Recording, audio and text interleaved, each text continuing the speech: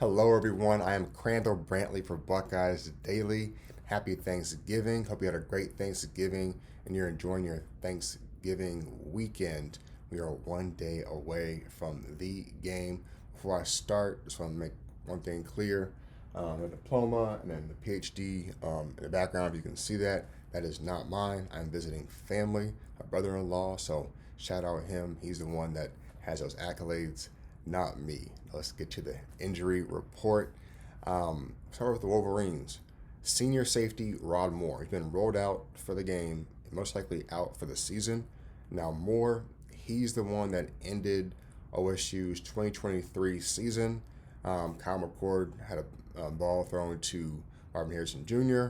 Rod Moore had the interception late in the fourth quarter to seal that victory for the Wolverines.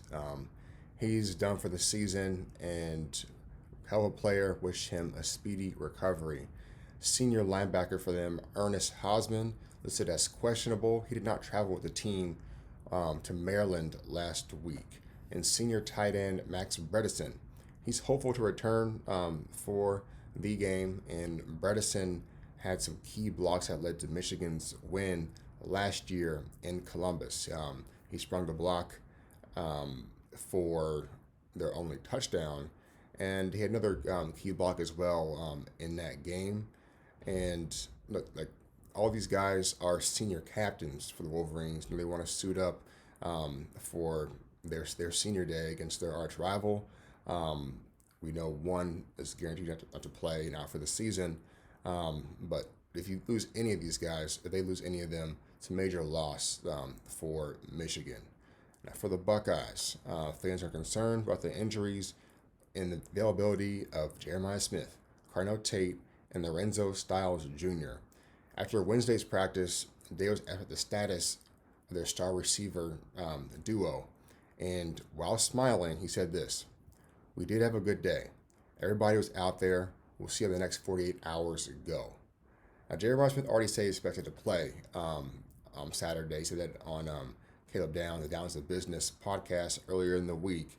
And for Lorenzo Styles, he had a shoulder injury last week, and that could lead to freshman five-star corner Devin Sanchez starting in his replacement. And so, considering that all these guys practiced earlier in the week, that should give the fans major confidence that they are going to play on Saturday.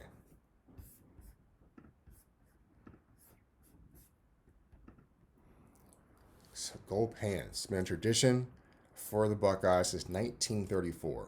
1934 game against the University of Michigan give then new head coach Francis Smith a special place in the hearts of Buckeye fans. Ohio State won the game 34-zip, its largest margin of victory in the series to that point. Coach Smith changed Buckeye lore forever when, before the season, he was asked about beating Michigan. Now, for context, at this point in 1934, OSU had played Michigan like 30 times, only won 6 times. So Michigan was completely dominant in this time period. I'm not even sure if for those years, how many of those years at OSU was even university. They were at college, and Michigan was a powerhouse. So Smith said this. He downplayed the concerns, and after all, he said, the University of Michigan football players put their pants on one leg at a time, same as everybody else. This comment created the Gold Pants Club, a group of businessmen who award a miniature gold ball charm to all players who participate in a win over the Wolverines. The charms are engraved with each player's initials, the date of the game, and the final score. And so, look, you go down the list. A lot of OSU legends take a lot of pride in having these gold pants. You always see, it's been a while. 2019, I took that for granted, seeing all those star players on their gold pants. I think Barrett has like 5 of these. He has 4, but I think maybe 5. Well, okay, he has 4, yes. But this has been tradition, and a lot of legends take pride in having these gold pants, including legendary Michigan head coach Bo Schembechler. Bo Schembechler. He took pride in having gold pants. Prior to the 10-year war days, Bo was an assistant coach for Woody Hayes, the Ohio State teams from 1958 to 1962, and beat the Wolverines 4 times in that time span. And he kept his gold pants even while he was head coach of Michigan, even when he retired as a coach. And look, OSU's ultra talented 2021 class came to the program and they got the job done they're expected to do, win a natty. But none of them have a pair of gold pants. CJ Stroud, JSN are OSU legends. They don't have gold pants.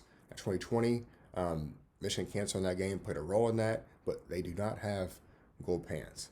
So this current group of seniors isn't just playing for their chance to have gold pants.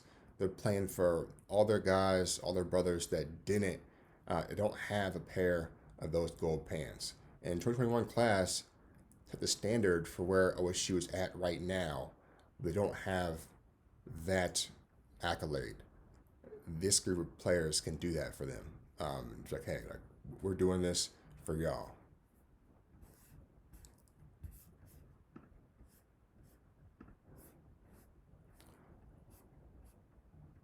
Ryan Day's redemption tour. He's waited all year for this moment. He's 1 day away from silencing all the doubters. He could have left after last year's L. Instead, he's coached the #1 team in America, has not lost a game in a year, and he has a natty. So honestly, his entire redemption tour is like a motivational speech in itself. And he has his chance. He can beat his arch rival for the first time since 2019. And look, if he truly hates the Wolverines, he'll stick around and not go for the NFL until he has a winning record against his arch rival.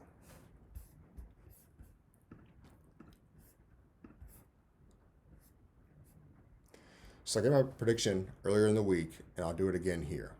The snow is not going to stop Ohio State's offense from methodically controlling the game and torching Michigan's secondary. I think Jordan Sand's offense is still going to be rolling, but they won't blow the Wolverines out like they did to Oregon in the Rose Bowl last year, where they just blitzed them 21-zip and then eventually it was like 34-zip. I don't see that happening, but I think OSU is just going to be able to control tempo in this game, time of possession, and have the key third down conversions that they've done all year. From the run game, from the star tight end, Max Clare, from the star receivers, Jeremiah Smith and Krandall Tate. I think they'll be able to move the ball in that fashion and let's control tempo and let their #1 defense just shut the Wolverines down. I'll lean on that defense to make sure things are going their way. I still think for halftime, I see OSU up 13-6, but the score will be closer than what the actual game is showing. And I think they'll go to the halftime knowing they're 1 play away from breaking the game open, and that's what they will do. OSU will finally force a second half punt against the Wolverines for the first time since 2019, and then have a long drive and be able to kill a lot of the third quarter clock. And that'll end in a C.J. Donaldson 1-yard touchdown run and break the game open. And then Julian Sand throw a deep ball to Krandall Tate in the fourth quarter, and it'll be a wrap. OSU will win 28-16, breaking the losing streak, head to the locker room, bumping, walking your trap, take over your trap. It'll be like a celebration like they had in Happy Valley last season, but they'll be like 50 times happier because they're beating their arch rival and head back to Columbus to prepare to go to Indy, and they go to Columbus with gold pants. So 1 day away, y'all. Happy Thanksgiving weekend. Hopefully y'all enjoy the game, and hopefully it is a Buckeye dub. All right, go Bucks.